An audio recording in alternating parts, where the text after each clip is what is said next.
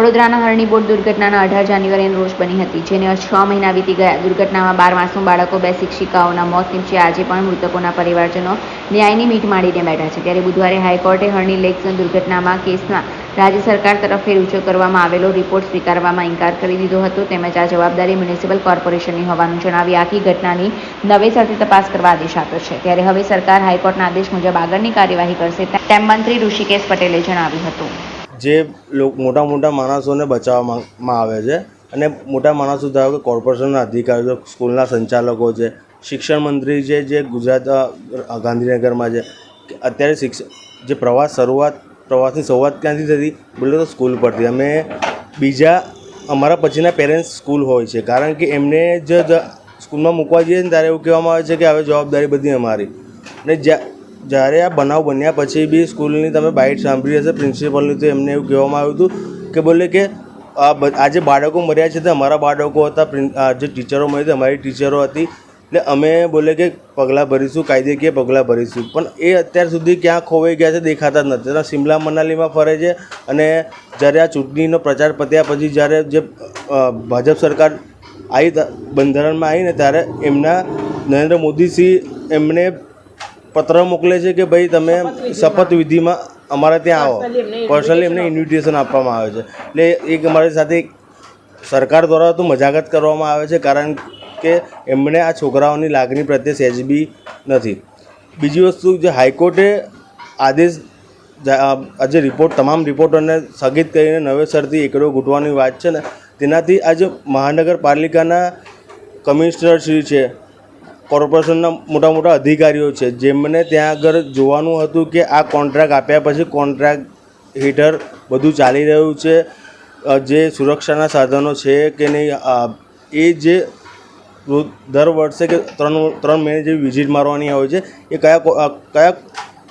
કયા કોર્પોરેશનના અધિકારીઓનું કામ હતું એને બી અંદર કરવો જોઈએ, મોટા માથાઓને પકડવો જોઈએ. અને જે તે સમયે 2017માં જ્યારે એમના પાસે કોઈ જાતનું આર્થિક પરિસ્થિતિ એમની નબળી હતી, કોન્ટ્રાક્ટરોની, જે કોન્ટ્રાક્ટ જ્યારે કર્યો ત્યારે એમના અંદર જે સહી કરી, કોર્પોરેશનના જે કમિશનરશ્રીએ સહી કરી, અને એના હાથ નીચે જે 72 જેવા જે વોર્ડના ઓફિસરો હોય છે, એમાંથી મને ખ્યાલ છે ત્યાં સુધી તો 15 જણે ખોટું એ બી કર્યું હતું કે ભલે કે આ વસ્તુ નહીં ચાલે, કે આપણે આનો કોન્ટ્રાક્ટ ના અપાય.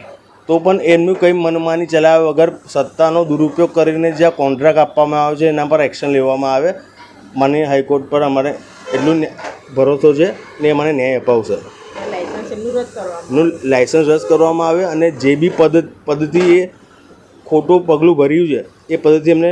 હાઈકોર્ટનું આજે જે અવલોકન છે, આખા જે રિપોર્ટ ગવર્મેન્ટ ઓફ ગુજરાતે સબમિટ કરાવ્યો છે રાજ્ય સરકારે, એને સ્વીકાર્યો નથી અને એવું નોટિસ આપી એમને ટિપ્પણી કરી છે કે આખા કાંડમાં કોર્પોરેશન અને મ્યુનિસિપલ કમિશનરની જવાબદારી ફિક્સ થાય છે, એ રીતનું ઓબ્ઝર્વેશન કોર્ટે જ્યારે કર્યું છે.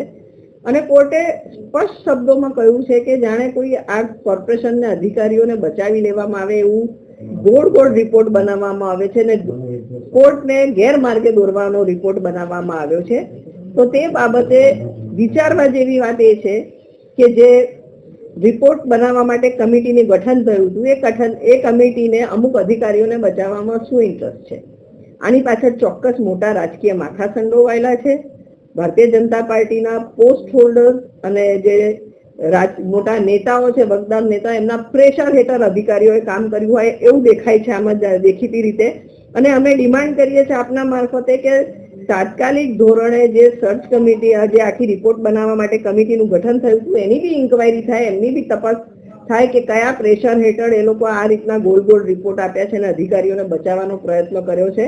તો બધી કડીઓ જોડાશે તો સાચા જે ગુનેગારો છે એમના નામ બહાર આવશે અને તમામને સજા થવી જોઈએ.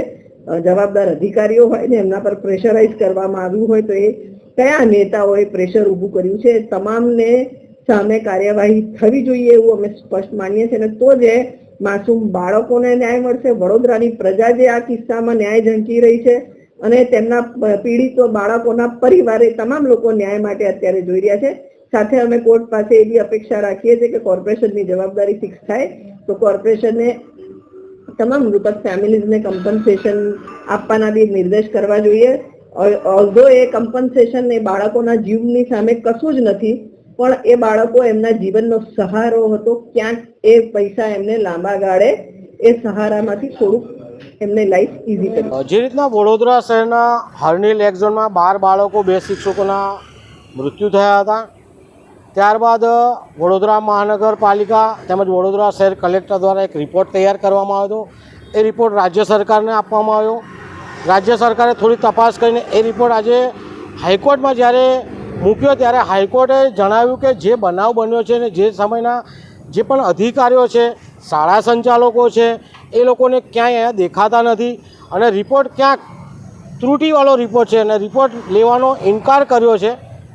અને નવેસરથી નવો રિપોર્ટ બનાવવા જ્યારે જણાવ્યું છે ત્યારે કહી શકાય કે જે રીતના વડોદરા શહેર કલેક્ટર દ્વારા રિપોર્ટ બનાવવામાં આવ્યો હતો, ત્રુટિઓ રાખવામાં આવી હતી, એ રિપોર્ટ રાજ્ય સરકારે આગળ મોકલો. એટલે ક્યાંક વડોદરા શહેરના મોટા માથાઓ દ્વારા તમામ લોકોને એટલે કે શાળા સંચાલકો, વડોદરા મહાનગરપાલિકાના અધિકારીઓ, પદાધિકારીઓ, સત્તાધીશોને બચાવવાનો એક પ્રયાસ કરવામાં આવ્યો છે તે અહીંયા સ્પષ્ટ દેખાઈ રહ્યું છે. હવે જ્યારે નવો રિપોર્ટ બનાવવાની વાત કરવામાં આવી છે ત્યારે આ રાજ્યના ગૃહમંત્રી સાહેબ કહેતા હતા કે કોઈ ચમરબંધીને છોડવામાં નહીં આવે, ત્યારે ક્યાંક ચમરબંધીઓને છોડવામાં આવે છે ત્યારે નવો રિપોર્ટ બનાવવા કહ્યું છે. તો નવો રિપોર્ટ જ્યારે પણ વડોદરા શહેરના કલેક્ટર બનાવે, કે કમિશનર બનાવે કે રાજ્ય સરકાર બનાવે, ત્યારે 12 બાળકોના જે માતા પિતા છે, 2 શિક્ષકોના જે પણ વાલી વારસો છે સાથે રાખીને રિપોર્ટ બનાવે. આજે જે રીતના ભ્રષ્ટાચારીઓની હાર થઈ છે અને ક્યાંક ને ક્યાંક 12 બાળકો જેમણે દુનિયા નથી જોઈ, જે શિક્ષકો હતા તે પણ મોતને મુખે પામ્યા છે, ત્યારે આ રિપોર્ટને અમે આવકારીએ છીએ. નવા રિપોર્ટમાં તમામ લોકો સામે કાર્યવાહી થાય, શાળા સંચાલકો, વડોદરા મહાનગરપાલિકાના સત્તાધીશો તમામની સામે કાર્યવાહી થાય તેવી અમારી માંગ છે.